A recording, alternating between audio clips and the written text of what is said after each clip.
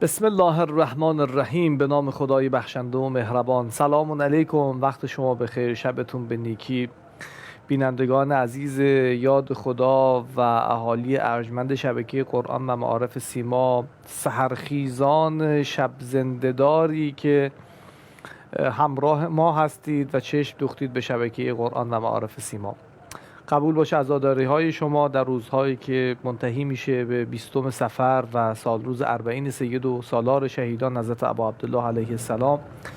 جای شما رو خالی میکنیم در سامرا، در خانه پدری امام زمان علیه السلام، که ما توفیق اینو پیدا کردیم که چند روزی مهمان خانه پدری حضرت حجت علیه السلام بودیم و به این بهانه شما را در قاب یاد خدا مهمان این فضای معطر در سامرا کردیم. الهی که خدا روزیتون کنه، خودتون از نزدیک زیارت کنید این فضای معطر و پربرکت و نورانی رو که مسجد نورانی پدر بزرگوار، پدر بزرگوار حضرت حجت علیه السلام، مادر ایشون و عمه بزرگوار ایشون در اینجا هست و دو امام معصوم، امام هادی علیه السلام و امام حسن عسکری علیه السلام در اینجا مدفون هستند و این بقاء متبرک رو انشاءالله که با معرفت زیارت بکنیم. جای شما رو خالی میکنیم در این فضای معطر و ویژه و اتراگین و اجازه بدید در تلیعه برنامه یاد خدا عمل بکنیم به سفارش و توصیه حضرت امام عسکری علیه السلام که از نشانه‌های مؤمن، یکی از 5 نشانه مؤمن رو وقتی نام میبرن اشاره میکنن به زیارت 40 سید الشهدا علیه السلام. و هر کجایی که هستید از این میهن پهناور اسلامیمون یا از هر جای دنیا که نگاه میکنید به شبکه قرآن و معارف سیما، همراه بشیم با همدیگه در همین ابتدای برنامه در تلیعه یاد خدای امشب با همدیگه زیارت 40 ابا عبدالله علیه السلام رو زمزمه کنیم، حال هوامون رو خوب بکنیم، برگردیم باهاتون همراه باشیم. خب قبول باشه انشاءالله زیارت 40 که با همدیگه زمزمه کردیم و بذارید یادآوری بکنم و متذکر بشم که ما اگر با این چفیه فلسطینی به گردن انداختیم و در ارتباطهای مختلف پیش روی شما هستیم، میخوایم نشان بدیم که به یاد مردم مظلوم ولی مقتدر غزه هستیم و برای آزادی فلسطین و قدس شریف دعا میکنیم. همونطور که ابا عبدالله علیه السلام در حرکت خودشون در سال 61 هجری در مقابل استکبار زمان خودشون ایستادن، ما هم وظیفه داریم نسبت به استکبار زمان خودمون که صهیونیسم جهانی است بی تفاوت نباشیم و توجه بکنیم به اونهایی که مظلوم واقع شدند، زن و مرد و پیر و جوان و کودکی که به ناجوان مردانه ترین وجه در فلسطین اشغالی در غزه مظلوم دارن به شهادت میرسند. الهی که این قده سرطانی از بین بره و با ظهور حضرت حجت علیه السلام عدالت جهانی حاکم بشه.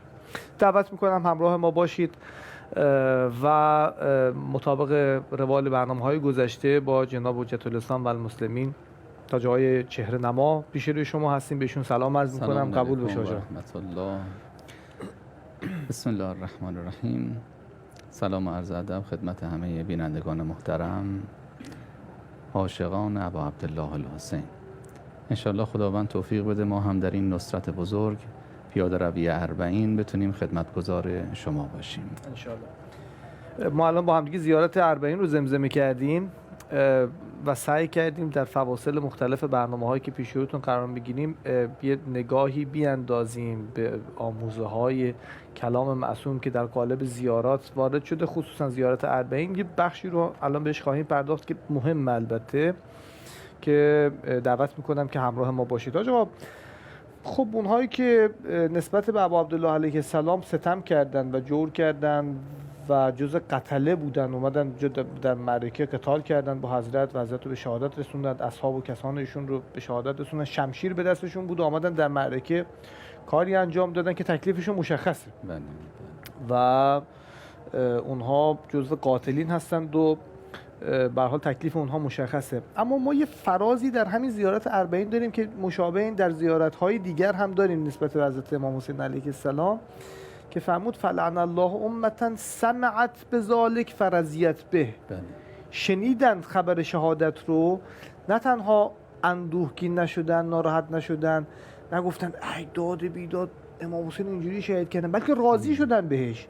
حالا اینا با اونا فرقی دارن. الان اگه بخوام بررسی بکنیم اوضاع و احوال اینهایی که فرضیت به بودن، با اینکه شاید در معرکه هم نبودن، شاید مثلا در کوفه نشسته بودن در جای دیگری، اونها رو باید چطور در چه جایگاهی ببینیم؟ این نکته که شما میفرمایید درسته. ببینید ما در طول تاریخ شاهد شکل‌گیری دو جریان هستیم، جریان حق در مقابل جریان باطل. بر اساس آموزه های ما، بر اساس آیات قرآن، روایات ما، اگر کسی یک پیوند محبتی با هر کدوم از این جریان ها برقرار بکنه، آثار اون جریان در وجود او هم سریان پیدا میکنه. این خیلی نکته مهمیه ها. اینی که در زیارت اربعین در این فراز میخونیم که میفرماد که لعن الله امتا قتلک و لعن الله امتا ظلمک و لعن الله امتا سمعت بذلک فرضیت به. خدا لعنت کنه اون کسایی که به تو ظلم کردن، خدا لعنت کنه اون کسایی که با تو قتال کردن، اما در مقابل اون خدا لعنت کنه اون کسایی که شنیدن و به این امر راضی شدن. این یک قانون کلیه. شما ببینید در واقعه ذبح شتر و اون ناقه صالح، شما در اونجا همه که مردم نیومدن و این شتر رو شروع کنن بهش تعدی و تجاوز کردن، اون رو بخوان مثلا ذبحش بکنن، پی بکنن. اصلا این اتفاقی نیفتاد.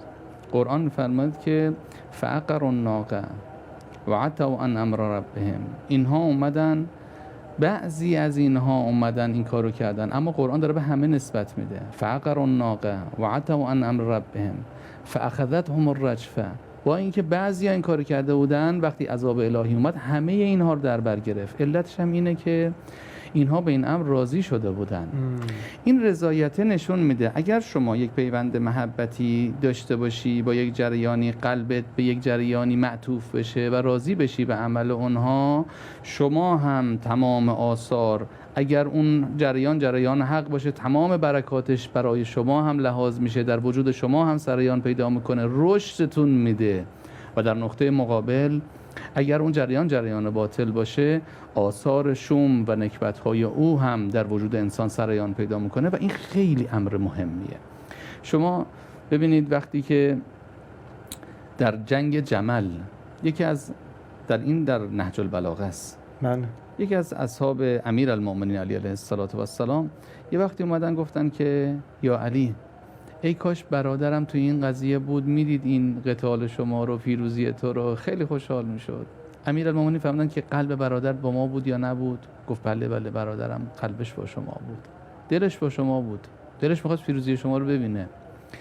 این رو که گفت، حضرت فهمیدن که لقد شهدنا فی اسکرنا هذا، او با ما در همین نبرد حاضر بود. گفت ای برادر من که نبود. حضرت فهمیدن چون قلبش با ما بود، چون دلش با ما بود، محبت جریان حق در قلبش وجود داشت، این تمنا در قلبش بود که ای کاش من هم بتونم با جریان حق همراهی بکنم. آثار اون جریان در وجود او هم سریان پیدا میکنه. حتی بالاتر از این، امیرالمؤمنین خیلی بالاتر از این رو فرمودن لقد شهدنا فی اسکرنا هذا، در همین سپاه ما کسانی هستن که الان فی اسلاب الرجال و ارحام النساء، هنوز به دنیا نیومدن ها، در آینده به دنیا میان، اما وقتی خبر این نبرد به اونها میرسه در قلبشون تمنا میکنن ای کاش ما هم با امیرالمؤمنین بودیم. همین امر نشون میده که آثار و برکات چطور در وجود انسان سریان پیدا میکنه. اینی که وجود نازنین امام رضا سلام الله علیه وقتی به فرزند شبیب فرمودن یا ابن شبیب، میخوای خدا همون ثوابی که به اصحاب ابا عبدالله داده به تو هم بده؟ میخوای تو هم شریک باشی؟ یا ابن شبیب ان سرک ان تکون لک من الثواب مثل ما لمن استشهد مع الحسین. اگه میخوای خدا مثل همونایی که اومدن در کنار ابا عبدالله به شهادت رسیدن، چقدر سختی کشیدن، خودشون رو گاه بخواستن از کوفه برسونن به ابا عبدالله، چه موانعی، چه سختی هایی و چقدر سوزش شمشیرها رو چشیدن. معصوم یه دفعه میفرماد که میخوای تو به جریان کربلا متصل بشی و از آثار و برکات اون تماما بهره ببری. خیلی عجیبه. امام رضا سلام الله علیه میفهمند که ابن شبیب، فرزند شبیب، دلت میخواد که خداوند مثل ثوابی که به اصحاب ابا عبدالله داده که خیلی فوق العاده است، این ثواب ها خیلی عجیبه. یعنی من نمیخوام بگم شما به اون افق ما میتونیم برسیم به راحتی ها. حالا کلامی از امیرالمؤمنین هست که حضرت فرمودن که انقدر اینها جایگاه و شأنشون بالاست که لا یسبقهم من کان قبلهم ولا یلحقهم من کان بعدهم. کسی نمیتونه به اینها ملحق بشه. قبلی‌ها نتونستن به این افق برسن، اما این آب دریا رو اگر نتوان کشید هم به قدر تشنگی باید کشید. به این افق میشه نزدیک شد. معیت که ما در آیات قرآن هم گاهی اوقات ازش یاد شده، من نمونه‌ای بگم، میخوام بگم به این افق میشود نزدیک شد. با چی؟ با یک تمنا. این نزدیک شدن رو من یک مثال دیگه هم برای شما بزنم. قرآن میفرماید که دلتون میخواد شما به افق شهدا نزدیک بشید، دلتون میخواد به افق انبیا نزدیک بشید. هر کسی یک همچین کاری رو میخواد به این افق نزدیک بشه، میت الله و رسول، هر کسی که از خدا و رسولش اطاعتشون رو بکنه، تو این دستگیری که انبیا و اولیاء خدا دارن از تاریخ میکنن، دست اونها رو بفشاره، حرکت بکنه، تو اون مسیری که براش طراحی کردن حرکت بکنه، تو اون سیری که براش در نظر گرفتن با همون مسیر کار رو جلو ببره. فرمود میت الله و رسول، چه اتفاقی میفته؟ فاولئک مع الذین انعم الله من النبیین و صدیقین و الشهدا و الصالحین و حسن اولئک رفیقا. اگه کسی این مسیر رو بره جلو، میرسه به اون جایگاه. اما آیا واقعا در اون جایگاه قرار میگیره؟ میخوام بگم معیت یعنی چی؟ وجود ناظرین علامه طباطبایی رحمت الله علیه در المیزان وقتی این رو میفرمان که اولئک مع الذین، نه اینکه او از اونها میشه، بلکه به افق اینها معیت پیدا میکنه، یعنی نزدیک میشه به افق اینها. اما اون افق اصلا قابل تصور نیست. افق انبیا، اولیا، صدیقین و شهدا. حتی خیلی آدم ها زور بزنن، کار بکنن، به این افق نزدیک میشن. اینه که وجود نازنین امام رضا سلام الله علیه میفهمند که، چون میخوام جمع بکنیم بین روایات، وقتی امام رضا امیرالمومنین فهمند که این افقیه که هیچ کس نمیتونه بهش نزدیک بشه، نه گذشتگان نه آیندگان.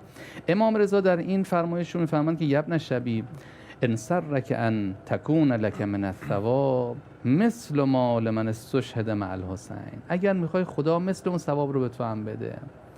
این آستانه اونها رو داره ما نشون میده حضرت. ما به اون آستانه همون مسیر حرکت کردن است. یعنی افق. حالا به شما توضیح خواهم داد که چه اتفاقی میافته. حضرت فرمود که اگر میخواید خدا تو رو مثل اون ثواب رو به تو بده، فقل متی ما ذکرت، هر وقت یاد اون واقعه رو کردی بگو چی؟ یا لیتنی کنت معهم فافوز فوزا عظیما. با یک تمنای حقیقی قلبی آدم به اون جریان متصل میشه. عرض کردم توی حمام‌های قدیم آب که توی خزینه میریخت تو بعدی این جریان برکات وقتی داره میاد تو وجود شما کاملا سریان پیدا میکنه. حالا این وسط هر چقدر ظرف وجودی شما بزرگ باشه، از این جریان بی پایانی که از نهضت ابا عبدالله الحسین برکاتش بر عالم نازل شده، شما میتونی بهره ببری و بزرگ بشید. نکته‌ای که اینجا عرض بکنم اینی که امام رضا سلام الله علیه میفرمایند که میخوای خدا مثل اون ثواب رو به شما بده. ثواب اصلا ماهیتش یعنی چی؟ ما وقتی میگیم ثواب، یعنی مثلا مثل اینه که خداوند در یک کتابی بنویسد که زیارت ابا عبدالله. خب این نیست که حقیقت ثواب. ثواب یک حقیقت تکوینی داره در وجود انسان. یعنی این ارتباطی که شما با جریان ابا عبدالله میگیرید شما رو در مرحله از رشد تکوینی قرار میده ها، که تو رو نزدیک میکنه به ساحل اصحاب ابا عبدالله. تکویناً بزرگ میشه انسان ها. ما فکر نکنیم مثلا یه دفعه میان به ما در قیامت میخوان بنویسن تو یه کتاب، بعدش بگن خب حالا شما برید در این جایگاه قرار بگیرید. اصلا اینطور نیست. قیامت و قرار گرفتن انسان در اون مرتبه و اون جایگاه خودش ظهور حالت، ظهور همین افعال ماست. یعنی انسان اون اثر وضعیشو در زندگی فعلی خودش میبینه. اولا که اثر وضعیشو در زندگی فعلی میبینه، ثانیاً که در اون ابدیتی که در پیش داره به صورت تکوینی چنان رشد میکنه به این جایگاه میرسه، اونم جایگاه اصحاب ابا عبدالله که وقتی وجود نازنین امام صادق سلام الله علیه به زراره فرمودن، فرمودن زراره این جایگاهی که فردای قیامت که همه مضطربند در قیامت، که قرآن فرمود که اینها گویش نمیکنن الا همسا، همه با خودشون دارن زمزمه میکنن من چرا این کارها رو کردم، همه سرهای خودشون رو پایین انداختن، نگران و مضطربن که الان چه اتفاقی میخواد بیفته. حالا ما نفی کردیم این قیامت رو، اما دیدی واقعیت داشت، هر کی داره با خودش یه جوری نجوا میکنه چه اتفاقی میخوام برام بیفته و همه مضطربن. امام صادق و زراره فرمودن زراره اصحاب ابا عبدالله چنان محو جمال ابا عبدالله هست، اصلا متوجه اون فضای قیامت نمیشن، اصلا نمیفهمن چه خبر شده. افق خیلی افق مترقیه. اینی که وجود نازنین ابا عبدالله میفرماند به بعضی از اصحابشون که تو در قیامت با منی، تو در مقابل منی. این در مقابل منی نه اینکه مثلا یه خونه‌ای به اونها میدن فردا میاد در کنار ابا عبدالله قرار میگیره، یعنی به لحاظ تکوینی چنان جایگاهی پیدا میکنی میتونید به این افق نزدیک بشی، تو این افق سیر بکنی. از این منظر آدم وقتی نگاه میکنه میبینه که کسی وصل میشه به جریان ابا عبدالله. مثلا اینایی که حالا میان تو فرض کنن حالا بالاتر از این نیت ها حضور ها، این حضور در این پیاده روی اربعین، این حضور در مرقد شریف ابا عبدالله، این حضور در اماکن مقدسه خیلی بالاتر از اون نیت هاییه که ما در نظر گرفتیم. خیلی از شما ممنونم. این تذکر آخری به نظرم تذکر مهمی بود، چون ممکن بود این شایبه به وجود بیاد که بعضیا بنشینن خونه بگن آقا ما نیتشو داشتیم و نیتشو داریم، حالا ان شاءالله همون ثوابم ببریم. اما گاهی از اوقات مقدمات فراهم نمی شود، آدم اون نیته و اون حال دلی و باطنیه رو ملاک قرار میده، مثل فرمایشی که شما اشاره کردید. ولی گاهی از اوقات اون شرایط هم فراهم می شود، یعنی اون شخص اگر نیتش هست، آمادگی قلبی و روحیش هست، اگر شرایط به وجود اومد باید پای در مسیر بگذاره این هست بیاد. ولی من باز میخوام یه ناامیدی در مردم ایجاد نکنیم. من این نکته رو باز خیلی کوتاه عرض کنم. نیت خیلی مهمه. همین نیت قلبی آثار تکوینی خودش رو لااقل داره، بلکه بله کسی ورود کرد به این پیاده روی، به این مشاهد، آثار بسیار بلندتری برش برکات بیشتری نصیبش میشه. خیلی ممنونم از شما. ما سعی کردیم تو برنامه‌های مختلف از این حال و هوا و حسی که توی موکب‌های خدمتگزاران به زائران سید الشهدا علیه السلام هست شما رو در جریان قرار بدیم. یه بخشی رو هم الان آماده کردیم از یکی از مواکبی که داره طبخ غذا میکنه و حالا دمدمای سحر هم هست، دارن کباب تو در واقع آماده میکنن که ببرن توزیع بکنن بین زائران سید الشهدا علیه السلام. یه حس و حال ویژه‌ای بین اون خادمان هست. یه بارم عرض کردم تک تک این زائران، تک تک این خادمان، تک تک آدمایی که اینجا هستن، هر کدوم اگه برید توی بحر زندگی اونها و با اونها گفتگو بکنی، یک مفصل کتاب میشه درباره اون اتفاقات، اون نجواها، اون آنچه که در دل اونها داره میگذره نوشت و نگاشت. و ما هم سعی کردیم تو گزارشمون همین حال و هوا رو انشاءالله در قالب تصویر به شما منتقل بکنیم. اتفاقات قشنگی میفته در اینجا. نگاه کنید، یه بخش کوتاهی است با هم دیگه می‌بینیم برمیگردیم. اینجا دوستان دارن کباب درست میکنن، تکنولوژی فوق پیشرفته، خیلی جالبه. ببین اینجا بیا اینجا بچه‌ها، بیاید اینجا. ببین اینجا این چی بهش میگن؟ مایه کباب. آقا سلام، خدا قوت. خوبی؟ قربان شما، مرسی. سلام. قربان شما. چی به این میگی؟ به این مایه کباب میگی؟ بله. یه توضیح به ما بده. اینو الان کی درستش کردی؟ کی آمادهش کردی؟ اینو آشپز آماده کرده قبلا، یه 3-4 ساعت قبل. الان ما از اینجا میذاریم تو دستگاه، از این تزریق می‌کنه، اینجا بیاد توی سیخا، از اون برم که آتش و حرارت در میاد بیرون. اینجا مخزن این ورودی مایه کباب اینجاست، درسته؟ از اینجا میزید اونجا. خب باریکلا. شما چند سالته؟ من 20 سالم. 20 سالته. چی شده بعد اینجا؟ خوش آمد که بیام. تا حالا نیومده بودم، اولین بار اومدم. الانم که اومدم خیلی خوش آمده. خیلی علاقه پیدا کردم که پشیمون نشدی تو این گرما و سختی و اینا؟ چه کاری بود میموندی ایران؟ نه. پشیمون از ته دلم اومدم. با دلم اومدم که خستم نمیشم، چون از ته دلم دارم کار میکنم. دلی کار میکنم. عقلانی و منطقی نمیشه نگاه کرد که کار دلیه. هر کس که با دلش کار میکنه میتونه اینجا کار کنه، وگرنه کار سختیه. تو این گرما آفتاب همه دلی کار میکنن، همه آقایون بچه‌ها. خدا بهت قوت بده، خدا بهت تمام. هر جا دلت شکست بگو. خب دیدیم یه بخش کوتاهی رو از حال و هوای موکب‌ها و خادمانی که دارن به ظاهران سید شهدا علیه السلام و امامین عسکریین دارن خدمت رسانی میکنن رو و الهی که خدا روزتون کنه تو این فضا قرار بگیرید. خیلی فضای جذاب و متفاوت و تکرار نشدنی است که واقعا باید برای زائران و زوار سید الشهدا علیه السلام دعا بکنیم که سالماً غانماً به کشورشون برگردن و برای خدمتگزارانی که دارن خدمت میکنن خالصانه بدون چشم داشت انشالله اونها هم سلامت باشن، امید خودم. خب با آقای کماکان همراه هستیم و پیش روی شما. به نظر موضوع مهمی رو ما امروز بهش پرداختیم، اینکه افراد ولو به اینکه در جایی نباشند در اون کار مورد بحث چه مثبت چه منفی حضور نداشتند، اما در نگاه دینی ما اون نیت تاثیرگذاره نیت. و حالا ما تلیعه کار رو از بعد منفیش آغاز کردیم.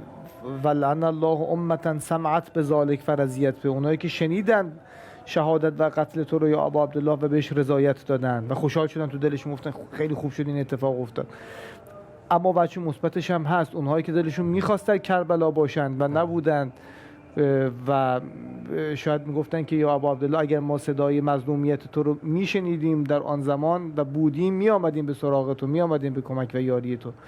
خیلی موضوع مهمی است نیت داشتن، درسته؟ بله. ببینید اینی که من حالا عرض کردم این بحث ورودش به این بحث ورود کردیم امشب به خاطر اهمیت این بحث بود، اهمیت بحث نیت ها.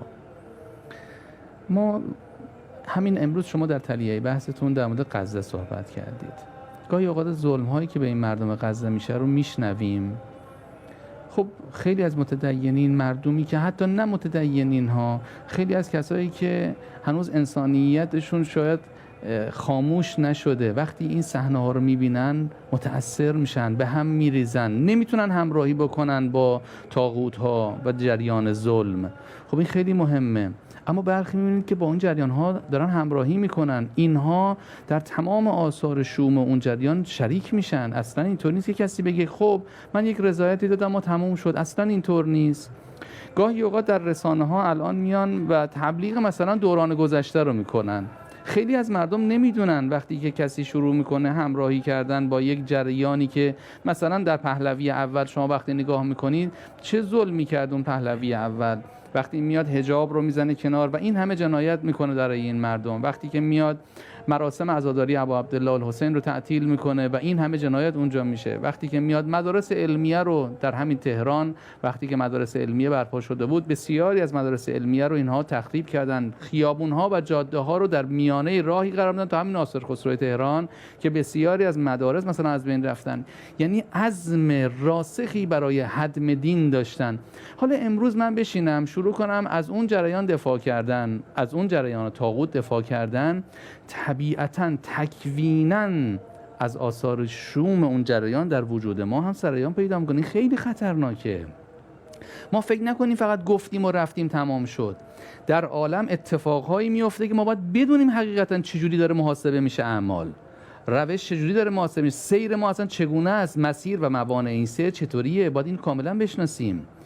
همینی که عرض کردم به تعبیری که فرمودید، ما در همراهی با ولی خدا آثار بسیار بزرگی همراهمونه، کما اینکه اونهایی که پای میذارن تو این جریان 40 اینقدر آثار بود. من حالا انشاءالله از همین منظر با شما در این زمینه انشاءالله در جلسات بعد صحبت خواهم کرد که کسانی که قدم برمیدارن به ازای هر قدمی که برمیداره در بعضی از روایات داره که مثلا ثواب یک حج به اونها میدن. چه اتفاقی داره میفته؟ این ثمره این اتصال به این جریان عظیم ها. یعنی خود به خود شما وقتی قلباً همراه میشی با این جریان و در مقام عمل شروع میکنی پای میذاری در این میدان، آثار و برکات بسیار عظیمی که در این نهضت بزرگ ابا عبدالله الحسین و این عبادت بزرگ تولید شده در وجود شما هم سرایان پیدا میکنه که اصلا حج در مقابل اون چیزی نیست که بخواد به ازای هر قدم شما گناهان شما بریزه، حج به شما بدن و امثال اینها. اینقدر این اثر بلنده. از این منظره که گاهی اوقات میشه حل کرد خیلی از چیزا. ما میگیم آخه چطوری یه نفر میاد زیارت ابا عبدالله این همه ثواب؟ این داره نشون میده که شما به محض اینکه به وجود نازنین ابا عبدالله متصل شدی، وجود بیکرانی که داره، بیکران که دارم میگم نه در مقابل بیکرانی خداوند، یعنی وجودی که با عظمته، وقتی به این وجود وصل میشی چنان آثاری در وجود شما سرایان پیدا میکنه که دیگه ثوابی مثل ثواب حج و عمره در مقابل اون چیزی نیست. اینی که اون فرد میومد به معصوم میگفت آقا اگر مثلا زیارت امام رضا سلام الله علیه برین چقدر ثواب داره؟ حضرت میفهمدن که یک حج و یک عمره. تعجب میکرد یک حج و یک عمره. حضرت میفهمدن که بلکه 10 حج و 10 عمره، بلکه همینطور بالا میرفتن، بلکه 1000 حج و 1000 عمره. طرف اصلا نمیتونست هضم بکنه. یعنی شما وقتی به دریای بیکران ولی الله در عالم متصل شدی چنان ظرفیتی پیدا میکنی، در این ظرف شما چنان آثار و برکاتی سرایان پیدا میکنه که اصلا قابل مقایسه با چیزهای دیگه نیست. از این منظر حتی من نکته‌ای رو بگم، حتی ببینید چرا در روایات ما اومده شما به لحاظ ظاهری هم حتی با جریان کفر، با جریان طاغوت همراهی نکنید. چون که اگر شما میدونید مثلا ما تشبه به کفار رو داریم، کسی که لباسش رو به کفار شبیه کفار باشه. من تشبه بقوم. اگر تشبه به کفار بیاد در قیافه، در لباس، در خیلی از چیزهای دیگه، چرا این رو جایز نمیدونه دین؟ به خاطر همین آثار نکبتبارشه. یعنی من یه خورده مثلا من یه خود شبیه کردم خودمو، دیدید بعضی دفعه میرن وقتی میخواد آرایش بکنه شبیه فلان بازیگر، مثلا دارم میگم که یک بازیگریه که آثار بسیار مخربی در حوزه تربیتی، در حوزه انسانی داره، چرا وقتی خودش رو شبیه اون میخواد بکنه منعش میکنیم؟ به خاطر اینکه تکویناً آثار سوئی که به وسیله او و جریان او داره ایجاد میشه با همین تشبه در وجود انسان هم سرایان پیدا میکنه. همین هم اثر میگذاره. ضمن اینکه سیاهی لشکر او رو هم زیاد میکنه. سیاهی لشکر یه بحث قشنگ داره، بذارید یه روزه دیگه من میگم ان شاءالله. حالا نکته‌ای رو عرض بکنم. وجود نازنین امام کاظم سلام الله علیه، من این که میخوام بگم، من اصرارم بر این نکته است که ما در همراهی با ولی خدا تکلیف خودمون با جریان طاغوت باید مشخص بکنیم. نمیشه کسی بخواد با ولی خدا همراه باشه محبت طاغوت هم تو قلبش باشه، اصلا اینطوری نمیشه. امام کاظم سلام الله علیه یه وقتی به صفوان جمال فرا خوندنش، بهش فرمودن که صفوان تو آدم خیلی خوبی هستی اما یه نکته بدی داری که ناراحت کرده من رو. صفوان آدم خیلی بزرگیه، تا این رو حضرت گفتن یه دفعه به هم ریخت، گفت فداتون بشم من چیکار کردم که شما رو مکدر کردم؟ حضرت فرمودن که صفوان جمال یعنی کسی که شتر داره. خب اون زمان شتر کرایه میدادن. گفت صفوان شنیدم که هارون رشید که طاغوت زمانه، هارون رشید میخواسته بره حج از تو شتر کرایه کرده، بهش دادی؟ گفتش که بله من شتر بهش دادم، ولی ابن رسول الله من که همراهی باش نکردم، اتفاقا یکی از غلام‌هام رو فرستادم، من قلبم با شماست، من با اون همراهی نکردم. یه عبارتی حضرت داره خیلی جالبه، من این عبارت رو بگم به شما. حضرت فرمودن که صفوان درسته که تو با او همراهی نکردی، اما آیا دلت میخواد که او وقتی داره این سفر رو میره، وقتی این سفر رو رفته به سلامت برگرده تا کرایه های تو رو بده یا نه؟ شتراتون هم برگردونه، کرایه ها تو بده. گفت بله آقا من بالاخره از خدامه که این برگرده کرایه های منو بده. حضرت فرمودن که پس تو راضی هستی به بقای طاغوت به همین اندازه، تو به همین اندازه که راضی شدی به بقای طاغوت، به همین اندازه آثار نکبتبار او در وجود تو سرایان پیدا میکنه. تو هم شریک میشی در این آثار. یعنی این ببینید ما چقدر دقیق باید تو رفتارمون سنجیده عمل بکنیم. قضاوت‌های وقتی میخوایم یه دفعه در مورد یک نکته صحبت بکنیم، تصمیم گیری بکنیم، انتخاب بکنیم، با این نگاه باید خیلی دقیق رفتار بکنیم. بسیار عالی، خیلی ممنونم از شما. این مثال آخری که درباره صفوان جمال ذکر کردید به نظرم خیلی گویا بود دیگه، یعنی ذهن مخاطبای ما رو، همراهان ما رو خیلی پررنگ کرد دیگه. به همون اندازه که تو دلت میخواد که این چند روز بیشتر زنده بمونه و برگرده بیاد، تو به همون اندازه به نوعی همراهی کردی، با شریک میشی در اون آثار، اون آثاری که اون داره به جای میذاره از خودش. خیلی ممنونم آقا. انشالله که اهل عمل کردن به آموزه های اهل بیت عصمت و طهارت علیهم السلام باشیم و الهی که خدا به ما توفیق درک بده که بتونیم آدم با معرفتی باشیم و با صداقت و با معرفت و با شناخت در محضر ائمه طاهرین علیهم السلام حاضر باشیم که اونها ناظر اعمال ما هستند. از اینکه همراه ما بودید ازتون بی‌نهایت سپاسگزارم در این دمدمای سحر، در این لحظات اذانگاهی، در این لحظات نورانی استجابت دعا از همتون التماس دعای خیر دارم. ما اینجا نایب الزیاره شما هستیم، شما هم ما رو دعا بفرمایید. تا سلامی و ثنای دیگر، بدرود، خدا نگهدار.